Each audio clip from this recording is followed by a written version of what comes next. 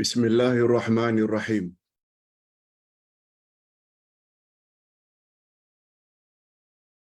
Alhamdulillah nahmaduhu wa nasta'inuhu wa nastaghfiruh.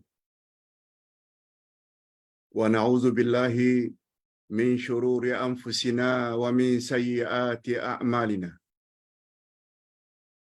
Man yahdihillahu fala mudilla lahu wa man yudlil fala hadiya lahu. Asyhadu an la ilaha illallah wahdahu la syarika lah. Wa asyhadu anna Muhammadan abduhu wa rasuluh la nabiyya ba'da.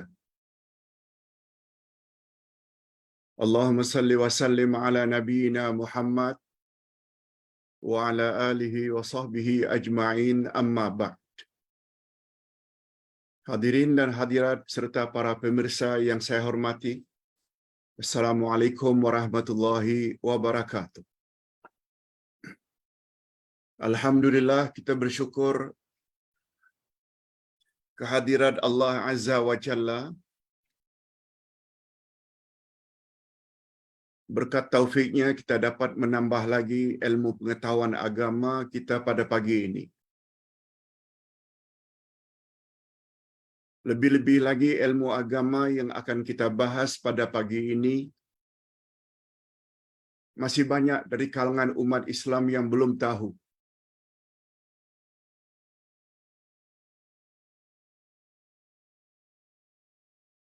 Seperti biasa, setengah jam pertama kita isi dengan tajuk baru, yaitu talfiq dan persoalannya. Talfiq dan persoalannya. Baru sesi yang kedua menjawab beberapa pertanyaan jamaah. Apa makna talfiq?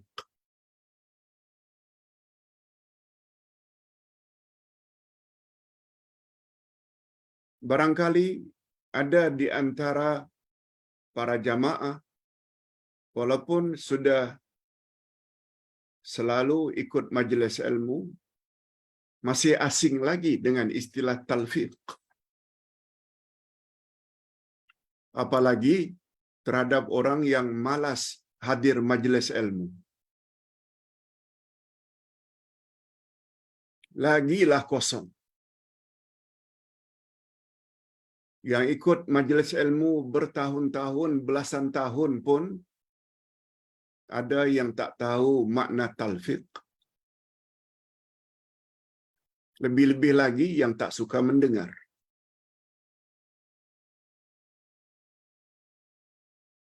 Ini bukan tuduhan liar, kan? Tapi realiti.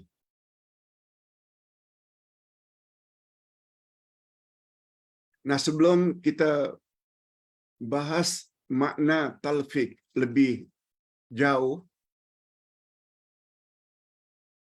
bagus juga kita bacakan hadis yang menjadi pembahasan kita pada pagi ini. Hadis sahih riwayat Imam Bukhari dan Imam Muslim.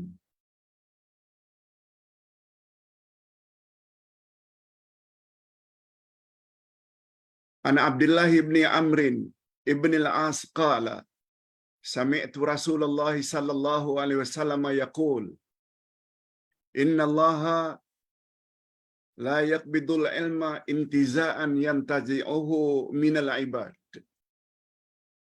walakin yaqbidul ilma biqabdil ulama hatta idza lam yubqi 'aliman ittakhadha an-nasu ru'usan juhala fasu'ilu fa'aftau bighairi ilmin fadallu wa adallu.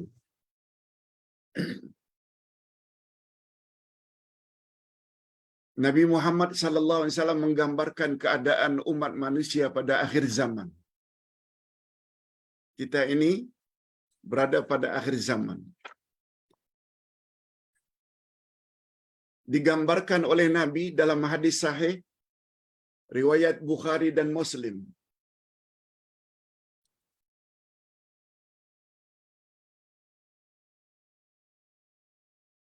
daripada Abdullah bin Amr bin Al-As, katanya, aku sendiri mendengar Rasulullah sallallahu alaihi wasallam bersabda,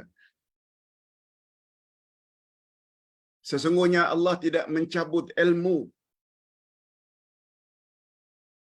daripada hamba-hambanya. Allah tak cabut, Allah tak tarik ilmu dari hamba-hambanya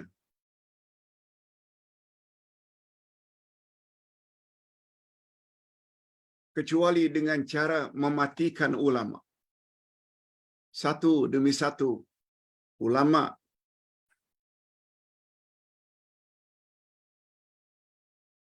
dipanggil oleh Allah.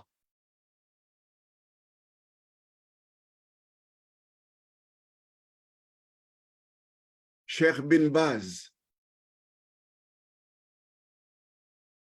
bekas rektor Universiti Islam Madinah.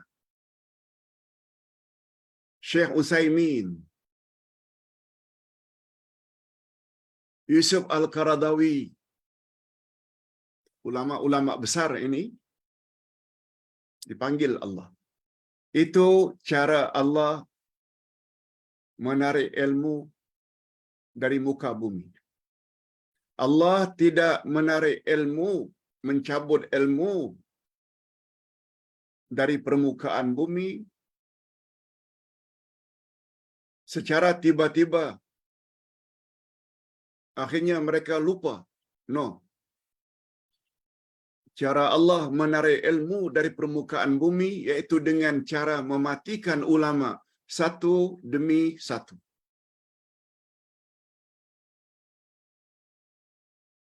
Untuk Asia Tenggara, Indonesia khasnya, diambil Dr. Muhammad Nasir, Ketua Dewan Dakwah Islam Indonesia. Kemudian dipanggil Profesor Hamka, Pak Hamka, panggil. Satu demi satu. Itu cara Allah menarik ilmu dari permukaan bumi. Selanjutnya kata Nabi, sehingga jika tidak ada lagi seorang alim di muka bumi, maka manusia akan mengangkat juhala. Juhala maknanya orang-orang jahil. Akan diangkat sebagai pemimpin.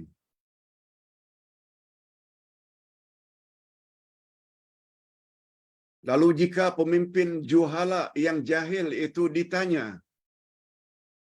mereka akan memberi fatwa tanpa ilmu. Akhirnya, mereka, para pemimpin itu sesat dan menyesatkan orang lain.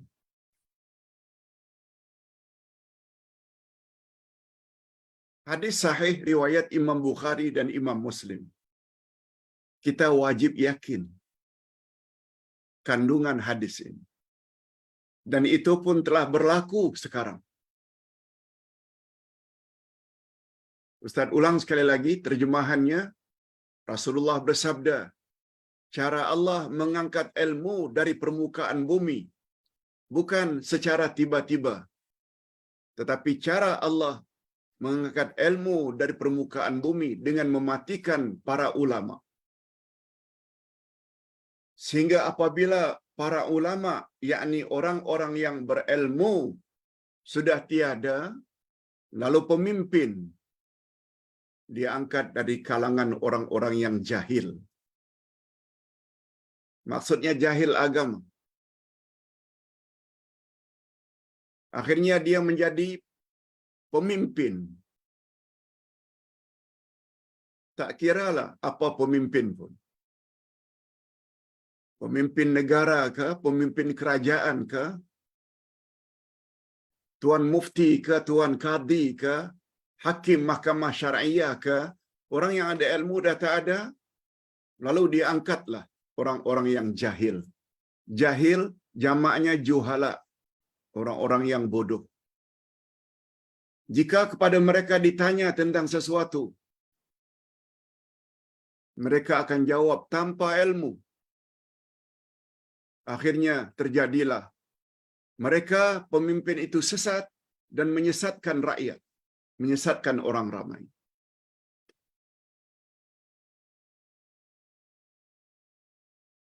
Itu baru terjemahan harfiah. Kita perlu kepada terjemah maknawiyah atau syarah.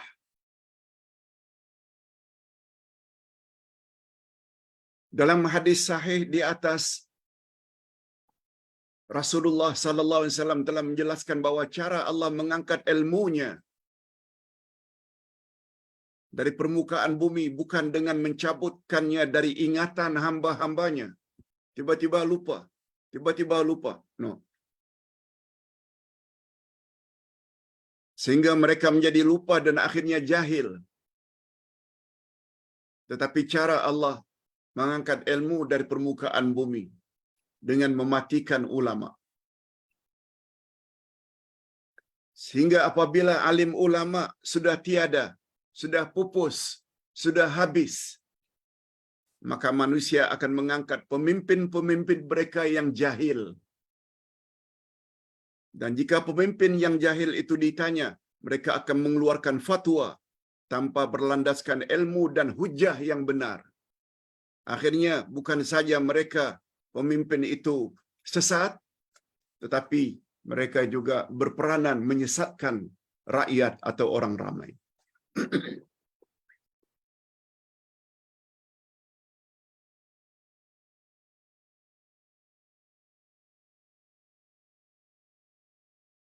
Sila hadirin dan hadirat fikir,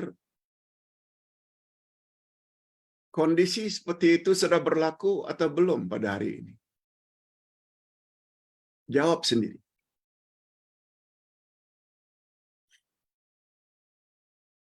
Kalau Ustaz sendiri secara pribadi berpendapat, ia sudah berlaku.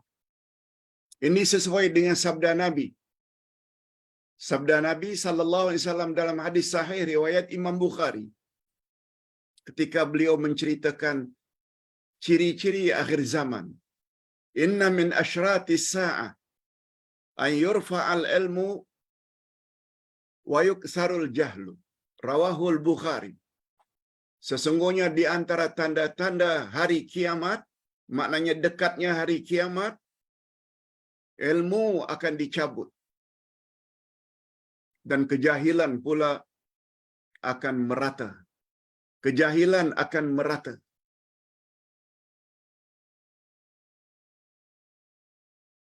Okey.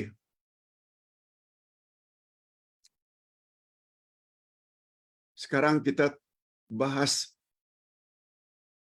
apa makna talfiq. Talfiq maknanya menurut ulama fiqh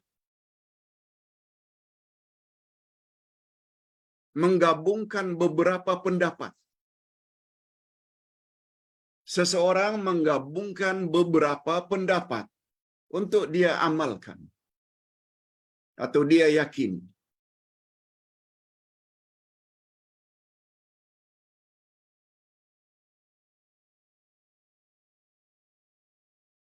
Dia tidak ikut satu pandangan saja.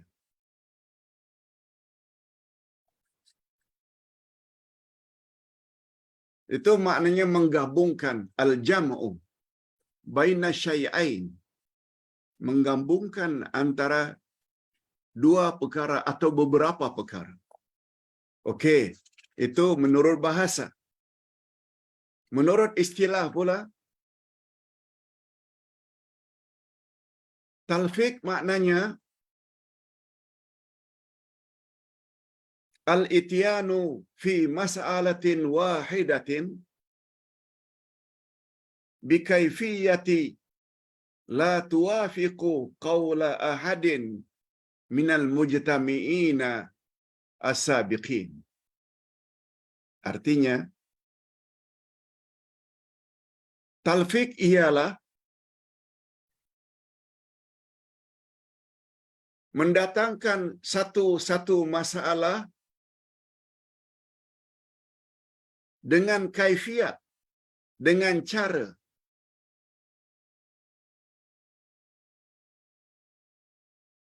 tidak hanya satu pendapat. mendatangkan atau mengamalkan satu-satu amalan dengan cara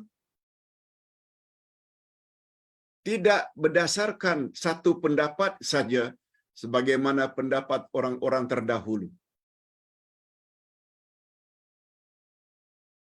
Contoh mudah.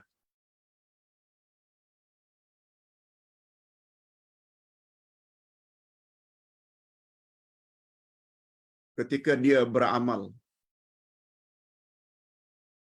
yang selama ini dia beramal dengan pendapat ini.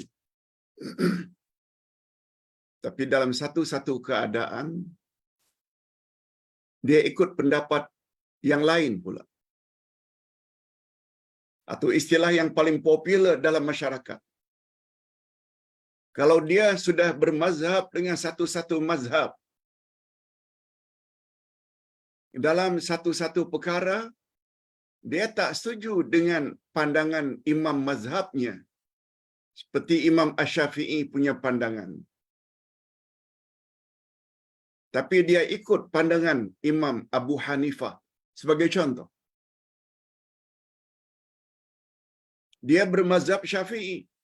Tapi dalam satu-satu perkara, dia ikut mazhab yang lain. Tidak lagi mazhab Syafi'i. Itu namanya talfiq.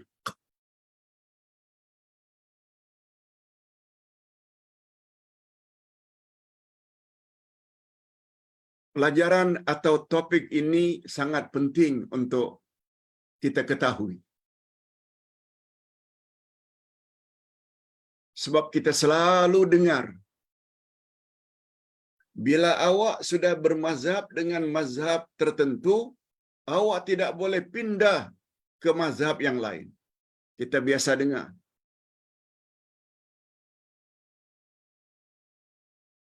Hadirin dan hadirat, Ustaz ingin beritahu, ingin berterus terang.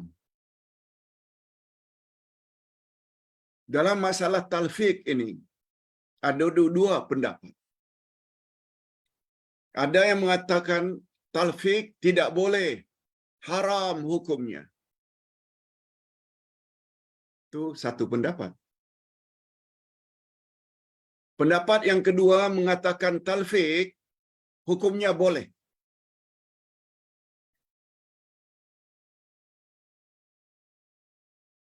Ustaz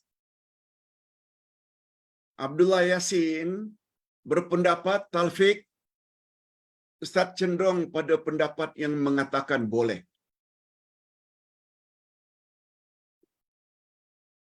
Apa dalilnya Pak Ustaz?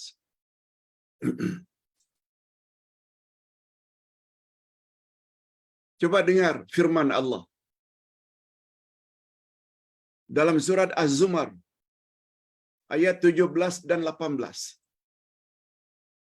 A'udzubillahi minasyaitonirrajim. Fabashshir ibad. Lihat muka surat 242. Maaf, 342. 342. Lembaran yang terakhir. Fabashshir ibad alladzina yastami'una al-qaul fayattabi'una ahsanah. Ulaika alladzina hadahumullah wa ulaika hum ulul albab. Sampaikan, hai Muhammad, berita gembira kepada hamba-hambaku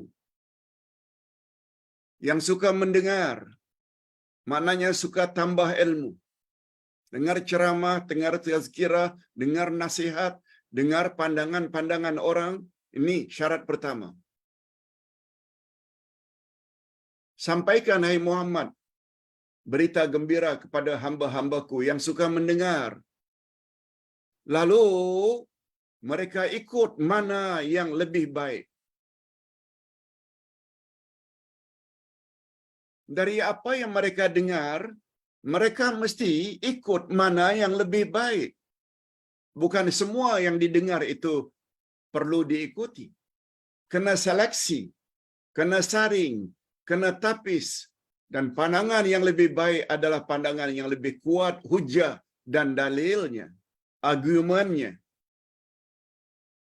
Bila dua sifat itu ada pada seseorang, suka dengar, dan untuk diikutinya, dia ambil mana pendapat yang paling baik dengan makna pendapat yang lebih kuat hujah dan dalilnya. Lalu apa kata Allah? Ulaikal ladzina hadahumullah. Merekalah orang yang mendapat hidayah Allah. Dan merekalah orang yang berfikiran waras.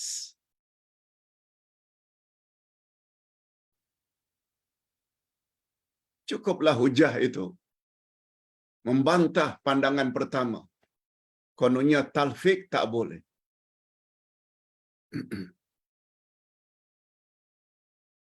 Ustaz buat contoh. Ada pendapat yang mengatakan sentuhan laki-laki dan wanita yang bukan mahram adalah membatalkan wuduk.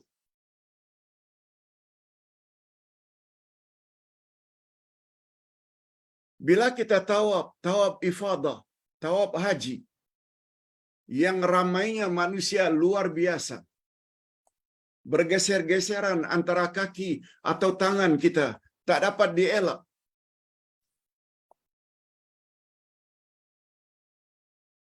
Kalaulah sentuhan dengan yang bukan mahram membatalkan wuduk, sedangkan tawaf tidak sah kecuali bersih hadas besar dan hadas kecil termasuk wuduk. Mungkin sampai orang balik pun kita tak balik dari Mekah. Kita ambil pandangan yang satu lagi yang mengatakan sentuhan yang membatalkan wuduk itu dengan makna jima', bukan sentuhan biasa. Ini dikuatkan pula oleh hadis bahwa Rasulullah setelah berwuduk, beliau sempat cium Aisyah, langsung salat. Baginda Rasul karena rumahnya sempit, biliknya sempit, kalau salat tahajud, kadang-kadang beliau tersentuh kaki atau lengan Aisyah. Baginda teruskan salatnya. Tidak ambil wuduk dulu. Ini belum lagi dari sudut bahasa. Allah gunakan istilah lamastumun nisa. Bukan lamastum. Lamastumun nisa yang membawa makna al-musyarakah. Kedua belah pihak aktif.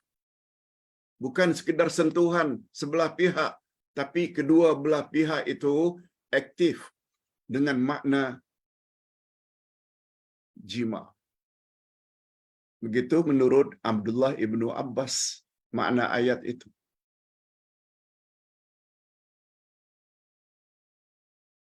Dan itu pendapat majoriti umat Islam di dunia.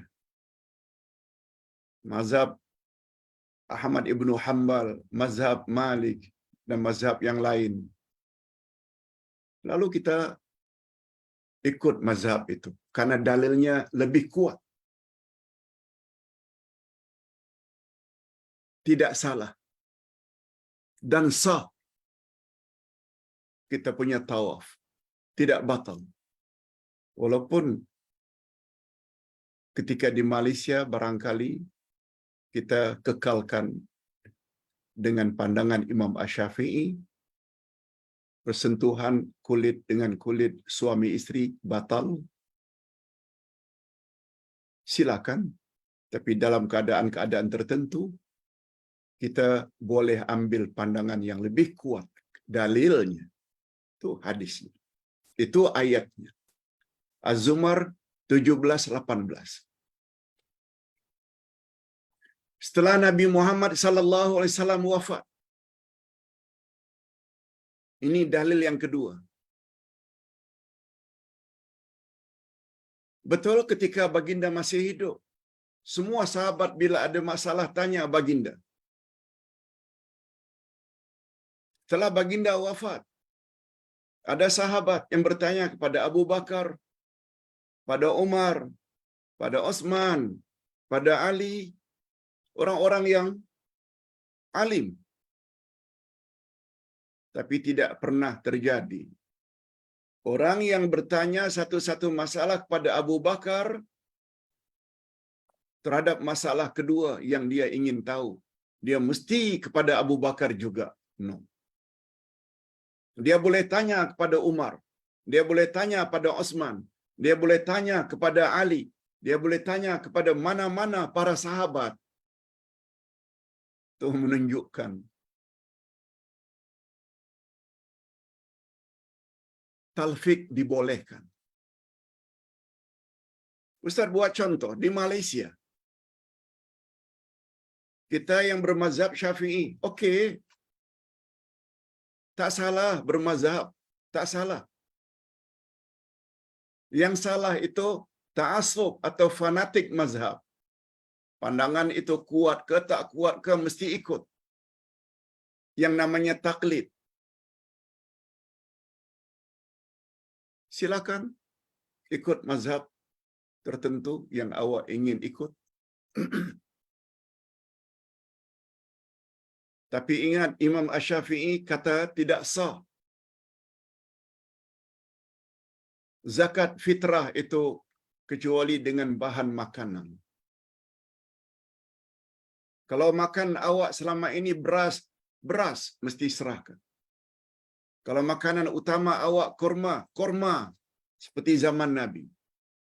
Kalau orang di Kenya, Afrika, makan utama mereka jagung.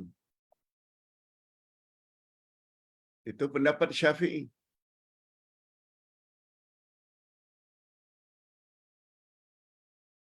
Adapun pendapat yang membolehkan dengan duit, itu pendapat Imam Abu Hanifah.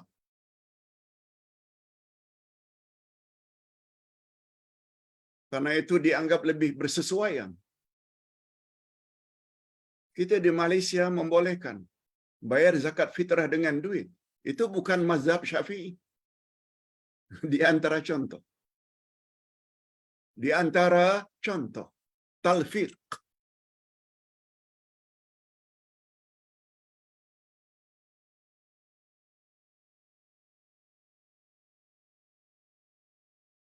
Ingat hadirin dan hadirat. Pendapat yang lebih kuat mengatakan talfiq itu dibolehkan. Dalam bab mengikut ini sebagai orang awam, Ustaz ada jelaskan di sini di antara taklid dengan ittiba. Taklid itu mengikut secara membuta tuli.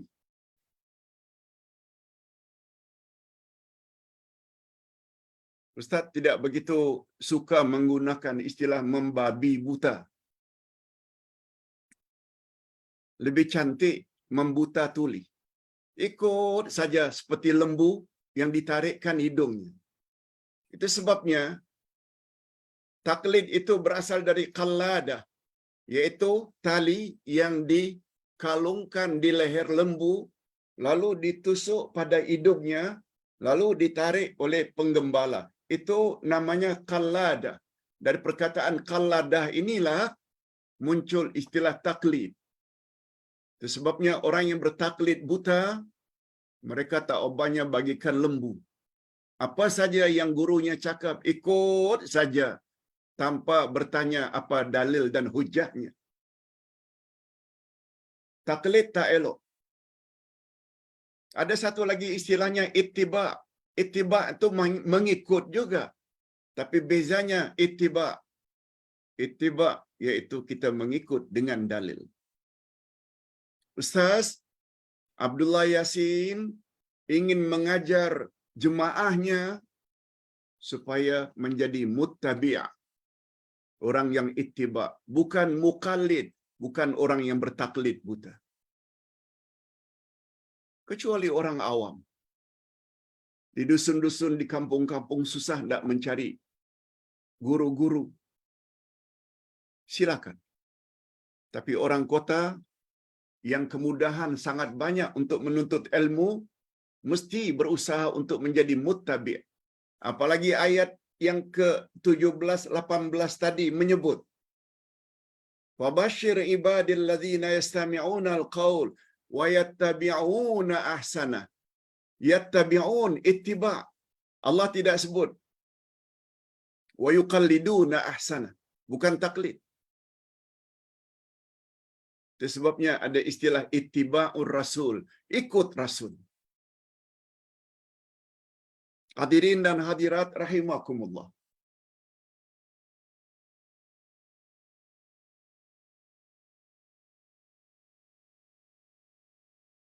Cuma talfik terbagi dua. Ada talfik yang terpuji, ada talfik yang tercela. Talfik yang terpuji yaitu bila kita pindah satu pandangan ke pandangan yang lebih kuat karena dalilnya lebih kuat, itu terpuji. Sebagaimana ayat tadi. Tapi ada juga namanya talfik yang tercela. Yaitu dalam beragama, dia ingin cari yang mudah-mudah saja. Yang mudah-mudah saja. Bukan berdasarkan dalil, asalkan mudah. Nah, itu tak boleh. Sila baca dari muka surat 335 sampai 344. Hampir 9. Maaf, 7 atau 8 muka surat penjelasan tentang ini. Dan ini adalah pelajaran yang terakhir bagi kitab ke arah memahami Al-Quran yang keempat. Kita hari ini menamatkan 4 kitab ke arah memahami Al-Quran jilid 1, 2, 3, 4. Jangan lupa, next week, minggu hadapan, kita akan belajar buku baru ke arah memahami Al-Quran dan Al-Hadis jilid 5. Ini 5. Ustaz sedang menyusun jilid 6, 7, 8 kalau boleh. Tolong doakan, mudah-mudahan Ustaz diberi kekuatan untuk itu. Ustaz kira judul talfik dan persoalannya dirasa cukup. Kalau ingin mendapat penjelasan lanjut, sila baca. Nah, kita